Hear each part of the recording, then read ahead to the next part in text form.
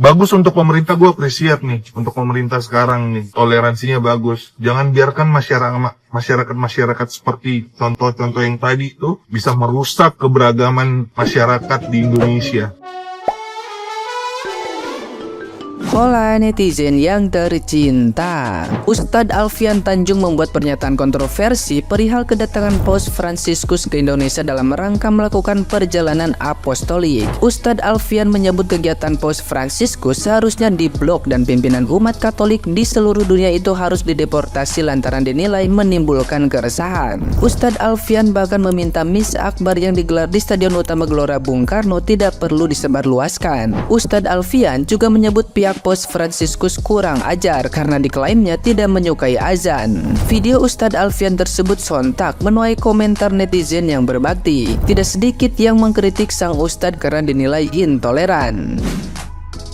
Sekali lagi, untuk Paus yang mau bicara di hadapan kita di Istiqlal itu harus diblok, dan yang paling bagus sebetulnya Paus itu diminta atau segera dideportasi untuk segera pulang karena Anda tidak cocok untuk menimbulkan kerukunan. Justru kedatangan Anda menimbulkan keresahan kepada para tokoh-tokoh Islam. Bersikap dong, nyatakan pernyataan-pernyataan yang sifatnya penolakan yang kolektif, sehingga kita nyatakan bahwa misa tersebut boleh dilakukan tapi tertutup saja, tidak usah disebarluaskan, cukup kebutuhan Anda saja.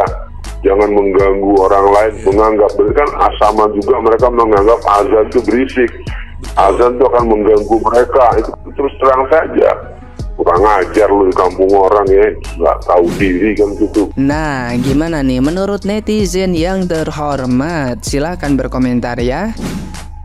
Oh my god, sumpah, demi apa kalau beliau ini seorang ustadz? Sumpah ya, gue tuh shock banget ngedengerin statement yang keluar dari mulut beliau. Soalnya bertolak belakang banget gitu sama pemuka-pemuka agama lainnya. Lu lihat deh ini, gue nggak tahu ini ustadz namanya siapa. Yang jelas gue benar-benar speechless banget ngeliat momen ini. Bener-bener sweet moment, toleransinya itu dapet banget. Gue hampir mau nangis ya Tuhan. Nah kalau yang ini gue tahu ini Habib Jafar. Astagfirullah ya Allah, puji Tuhan, ini tuh bener-bener the real toleransi antar umat beragama. Enggak kayak yang ini julid. Gue tuh kadang-kadang bingung ya, syaratnya untuk dipanggil ustadz tuh apa sih? Kalau gara-gara pakai peci nih ya, misalnya nih, gara-gara pakai peci dipanggil ustadz. Narapidana sama tersangka juga suka ngedadak-dadak jadi pakai peci dong kalau lagi di pengadilan.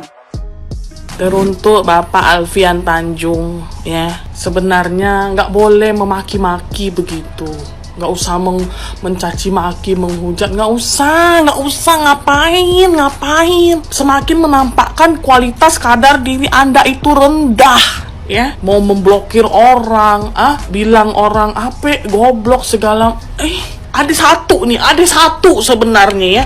Kenapa satanik itu selalu mengejar orang Katolik? Bukan saya bilang Bapak Alfian satanik, bukan. Kenapa? Jawab sendiri yang ngerti. Jadi siapa Bapak Alfian ini? Jangan-jangan salah satu oknum satanik. Kita kagak tahu kenapa dia sampai sebenci itu. Mohon maaf Bapak Alfian.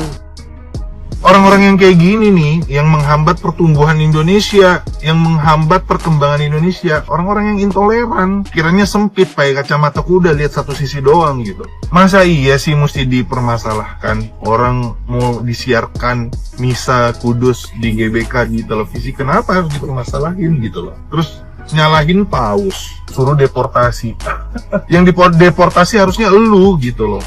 Lu ini orang-orang yang menghambat Indonesia, ini orang-orang yang seperti lu gitu. Indonesia ini majemuk, Indonesia ini bukan negara yang berbasis satu agama doang. Saling menghormati lah, susah banget gitu. Jangan karena sesuai dengan keinginan lu, pemahaman lu, jadi pemahaman orang lain, pegangan orang lain, itu dianggap salah gitu. Orang tuh nggak sesuai dengan keinginan lu doang gitu. Dan lu juga udah sumbangsi apa untuk Indonesia ini? Indonesia nggak berkembang gara-gara lu juga kali gitu loh. Stop lah. lah komentar-komentar sinis. Stop lah ribut-ribut soal itu lagi gitu. Dan orangnya itu doang gitu. Makanya gue sebel, gue gendek gitu. Udah tidak punya substansi di Indonesia ini, sumbangsinya juga nggak tahu apa, tapi banyak bacot gitu. Banyak bacot karena merasa tidak setuju dengan apa yang terjadi. Bagus untuk pemerintah, gue appreciate nih untuk pemerintah sekarang nih, toleransinya bagus. Jangan biarkan masyarakat seperti contoh-contoh yang tadi tuh bisa merusak keberagaman masyarakat di Indonesia, bisa merusak Indonesia. Ini yang dideportasi orang-orang itu aja, pindah warga negara aja sana gitu, jangan di Indonesia. Ora.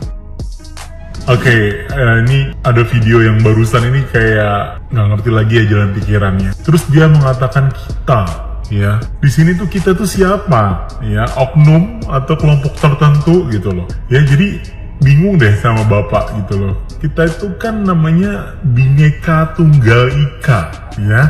Indonesia tuh beragam, ya culture, kemudian juga karakter kulit, ya bahasa, agama gitu loh. So we have to, ya kita tuh harus menghargai tolerance, ya menghargai setiap agama. Ya nggak boleh kita menjudging gitu ya, menjudge bahwa agama kita yang paling baik, ya. Justru kita di-challenge nih, ya sikap keimanan kita tuh di-challenge. Bagaimana kita menerima perbedaan itu, bagaimana kita menghargai setiap orang. Nah itu yang namanya gentle, itu namanya toleransi atau tepos liro. Semoga Bapak ngerti. Pendapat saya tentang yang menghujat dan membercandain Paus Fransiskus, pendapat saya ya biarin aja. Walaupun ada yang membercandain Paus kan ikan, waduh, atau sebutkan manfaatnya orang ini datang ke sini. Orang ini maksudnya Paus ya. Gimana ya? Kita ini memang mungkin di sini minoritas, tapi di dunia kita kayaknya lumayan banyak ya. Dan kemudian memang Paus ini pemimpin tertinggi orang Katolik. Ya, kita harus menunjukkan jiwa besar kita. Kita buktikan bahwa omongan-omongan kerdil itu tidak mempan di kita. Ya, orang Katolik kan biasanya gitu ya. Dihina, dicerca, istilahnya direndahkan itu kita nggak pernah dengerin. Kita tutup kuping dan tutup mata. Jangan bereaksi. Reaksi hanya akan membuat mereka semakin gembira. Naik Innovagenik apa sederhananya gitu. Wah, kemarin ngeliat ya ada komen kayak gitu di salah satu konten yang berseliweran gitu. Mungkin untuk menjawab komen itu teman-teman lihat lagi sebelum-sebelumnya gitu. Kayak sebenarnya Paus ini kan memang bukan hanya pemuka agama, beliau juga kepala negara gitu.